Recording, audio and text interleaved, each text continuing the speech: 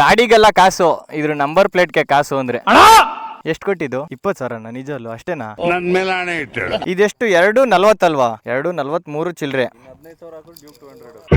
2.5 lakhs rupees price range ಅಲ್ಲಿ ಒಂದು ಒಳ್ಳೆ ಸ್ಪೋರ್ಟ್ಸ್ ಬೈಕ್ ಬೇಕು ಅಂದ್ರೆ ಒನ್ ಅಂಡ್ ಓನ್ಲಿ ಆಪ್ಷನ್ ಇರೋದು ಇದೆ ಗುರು, R15. ಓಕೆನಾ? 140 kg ಅಷ್ಟೇ ಈ ಗಾಡಿ. ನೋಡಕ್ ಮಾತ್ರ ನೋಡಿ ಹೆಂಗ್ ಕಾಣ್ತೈತೆ ಅಂದ್ರೆ ಪ್ಲಾಸ್ಟಿಕ್ ಅಲ್ವಾ? ಏನ್ ಇಷ್ಟೊಂದು ಇಷ್ಟೆಳ್ಳು ಗಲುಡು.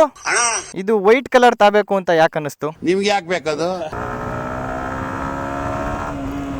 ಎಲ್ಲಾ ಗಾಡಿಲೂ ರೆಡ್ ಲೈಟ್ ನೋಡಿದ್ರೆ ರೆಡ್ ಲೈಟ್ ಆನ್ ಆದ್ರೆ ಇದ್ರಲ್ಲಿ ವೈಟ್ ಲೈಟ್ಸ್ ಆನ್ ಆಗುತ್ತೆ.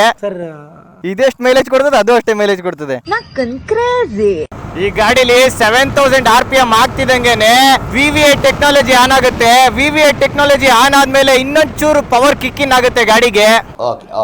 VVI ಅಂದ್ರೆ ವೇರಿಯೇಬಲ್ ವ್ಯಾಲ್ವ್ ಆಕ್ಚುಯೇಷನ್ ಅಂತ. ಅಲ್ಲಿ ಯಾವುದೋ ಒಂದು ಅಜ್ಜಿ ಆಂಟಿ ಇಲ್ಲಿ ಆಚೆ ಬಂತ, ಇಲ್ಲಿ ಅವ್ ಆಂಟಿ ಆಚೆ ಬಂದ್ಬಿಟ್ಟು ಇವನ್ಗೂ ಈ ಬೈಕ್ ಪಡ್ಸಕಂತೆ ಕಣಪ್ಪ, ಎಷ್ಟಾಯ್ತದೆ ಬೈಕು ಅಂತ. 2.5 ಲಕ್ಷ ಅಂದೆ. ಓಹೋ, ನಾನ್ ಯಾರಿಗೆ ಅಂತ ಕೇಳಿ ಇಷ್ಟೇ ಅವನೇ ಕೇಳಲ್ಲ. ಅವನಿಗೆ ಬೈಕ್ ಬೇಕಂತೆ.